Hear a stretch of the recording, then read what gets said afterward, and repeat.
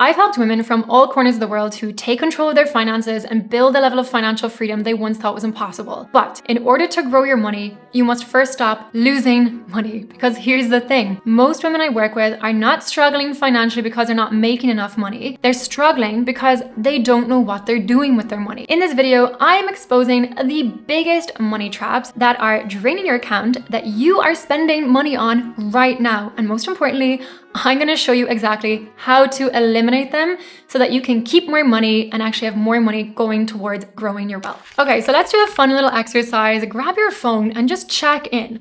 How many shopping apps do you have currently installed with your bank account or your credit account details saved? And we're going to look at culprits like Amazon, Temu, AliExpress, Shein, all of these very highly convenient shopping apps.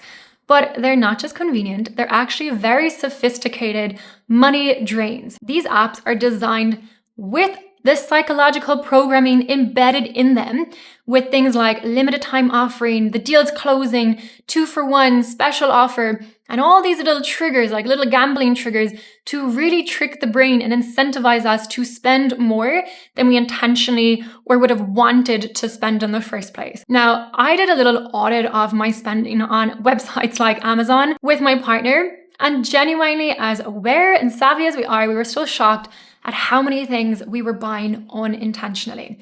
So step 1, and it worked for us, delete the app. Because I know just deleting the card number off your account or just deleting the bank account still doesn't work. I've heard from people in the community who've shared they've now memorized the number. So unfortunately, that little band-aid trick doesn't work anymore. And at least take that first step to giving yourself a gap between having the desire and then going and buying it straight away. Now, these shopping apps aren't the only little bit of digital convenience in our life that is draining our bank account silently. I'm also looking at that $4,000 sandwich that you may unknowingly be ordering. These very convenient food delivery services, they really play into our emotional state. So imagine you come home, you've been working all day, you've been taking care of the family, you've been doing all your duties, and you finally hit on the couch and you're hungry, and the last thing you might want to do is go into the kitchen, open up all the groceries, and actually start preparing yourself a fresh meal. Instead, they're offering you a special deal, a 2 for 1, some special little incentive to say, go on, treat yourself, you deserve it. And before you know it, you're not just paying $12 for a burrito, that's like a $25 burrito by the time you add on fees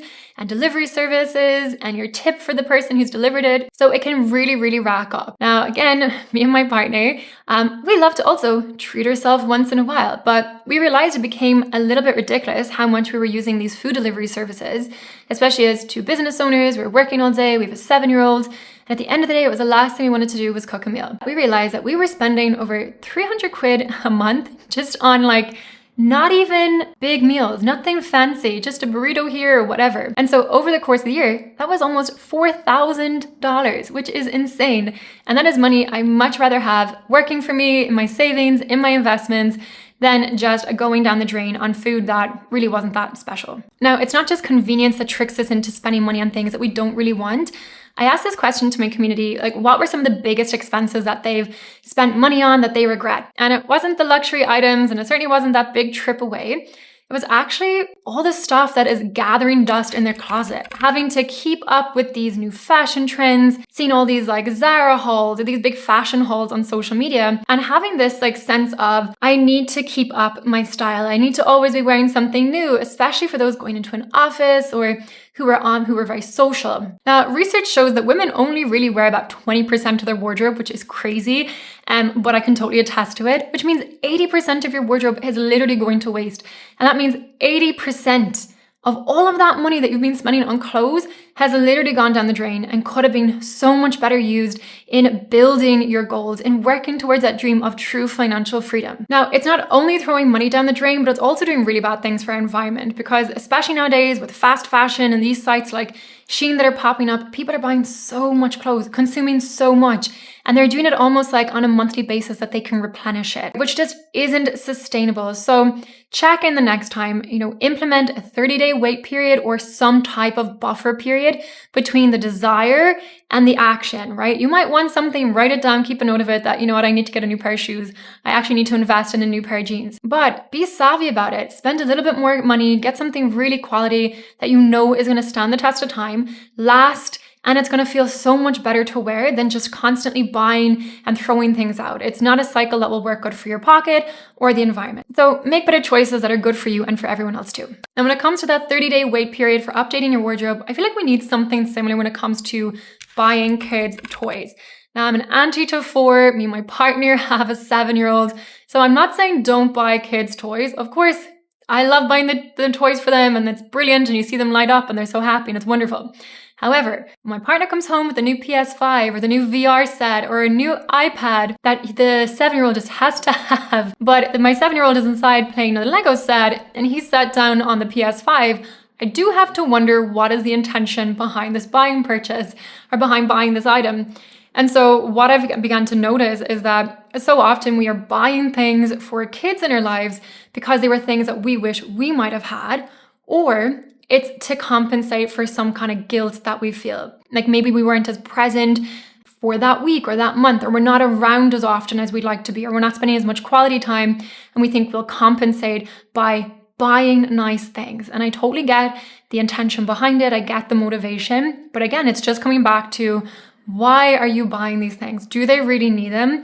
The last thing I want to do is walk into my 7-year-old's room and see a room full of toys and he's playing with the one thing. He's still playing with the same Lego set, or he's on his iPad and he's doing his drawings or whatever it is. So I like to keep things a little bit more minimal, and we've started to create this new rule that if we are going to buy something new, let's just go through your toy drawer and let's see what you no longer use. What can we actually gift to someone else or pass on to another child that actually might really enjoy it? All right, now that we've got that sensitive topic out of the way, please don't hate me by coming up to the kids' toys cabinet. But it's time to talk about those silent wealth killers, which come in the form of all those little memberships that you have signed up for, $9 here, $19 there, that you think, oh, that's not even that much. I'll click buy. And they are subscriptions, they are memberships that you may have used once or maybe never, and you're not getting value out of them. Meanwhile, they are racking up every single month, and I know what can happen because it's happened to me. They can be such small amounts that you think, it's not even worth the effort to go and cancel them. However, if you start to add up all the little memberships and all the subscriptions that you have together, and then you calculate that out over the course of a year, it can be quite substantial. Even if it's not that big of a number for you, aren't you better off just having that money yourself? Like, you have worked in some form for that money. So why would you just be giving it away to a company that is providing a service that you're not using anymore? So again, get smart with it. Take time, look through your subscriptions, look through your memberships, and see what is time to let go of. Now, the next one is one very close to my heart. And when I was putting this list together, this was one that jumped out straight at me because I am definitely a culprit of this one. And that is popping into the store. So yes, we can do our weekly grocery shop and we have all our bits, but for some reason, coming home from the gym or after going out for a walk, I'll still pop into the store. And those little pop-ins can end up spending, $37, $50, or even just 15 quid here and there. And it wasn't until I was on my money date with my partner and we were going through how many times we were both popping into the store, we were actually quite shocked how much additional money we were spending every single week just on little throwaway things that were definitely not essential for us to eat. And when we looked at our groceries, we were like, we have so much in the fridge, so much in the cupboard. We did not need to waste money on this. So ladies, the next one I feel like we just need to have an honest conversation about, and that is overpriced skincare, overpriced makeup products. It is getting a little bit ridiculous when you're spending 60 quid on a mascara. They pretty much all do the same thing. I know if you were a big makeup fan, maybe you're gonna be like, no, Laura, you have no idea. But I suppose this one really comes down to values. For me, I don't want to have a big makeup drawer. I don't need all the 10 serums. And when you look on Instagram nowadays, everyone's doing these different sheds and they have 12 different layers of things that they must put on to keep themselves young and healthy. I like to keep things nice and minimal. Of course, invest in the products that you like, but unless a product is finished, maybe just implement a rule for yourself. You're not buying a new lipstick or a new serum or moisturizer until the one you have at home is actually gone. Because the other thing is, a lot of these makeup products, actually all of these makeup products, have an expiry date on them. So make sure that the ones you've opened, you're actually using before they go off and they become unstable before you're buying something new. Not only will it be good for you, for your skin, but it'll also be good for your pocket too. So from what we put on your face to what we put in our mind, let's look at that black hole that is our bookshelf. Now, I very much believe that readers are leaders. I think reading is such an important part of our own personal growth and development, and you can learn so much wisdom, a person's entire life worth of knowledge and experience boiled down to one book. How incredible. However, about 70% of books are not read. And check in with yourself, have a look at your bookshelf. How many of those books have you actually completed? And unless it's 100% of them, then you already know, and no shade, I know there's books on my bookshelf right now that I have not read still, and I'm still waiting for them. But unless we've actually read them, we've really just thrown money away. And so again, another little rule I've put in place is I cannot buy a new book unless I've finished the last book I read. Not only does that make sense so that I actually learn the damn thing and I'm growing and getting the benefit from having the book, but it makes sense for my pocket too, so I'm not just throwing money away again. Having that little separation, that gap between having the desire, for example, seeing a video saying, you must read this book, it changed my life, between taking action, then going on Amazon, for example, and buying the book. Just take a break and have your own rule in place. Maybe it's like mine. I won't buy a new one until I finish the recent one. And that brings me on to the next big money drain, which is delayed devastation. Yes, I'm talking about these service providers that allow you to buy now and pay later. These really are just a form of loans, and the average person has about 4.6 loans at a time, and 43% of people who are using these services are not making their payments on time.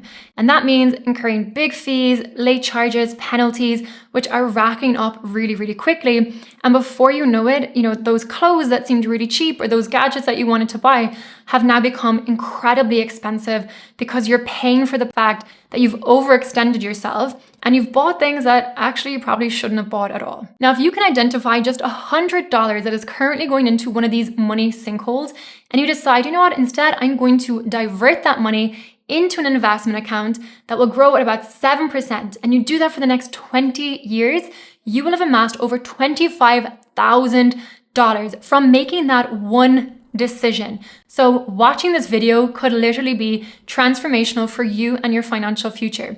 Now, if you want to know more about investing your money, be sure to check out this video. I explain everything that you need to know to start building your wealth, building your financial freedom. It's free to watch. It'll put more money back in your pocket, and I know you're going to love it. So I'll see you over there. Enjoy.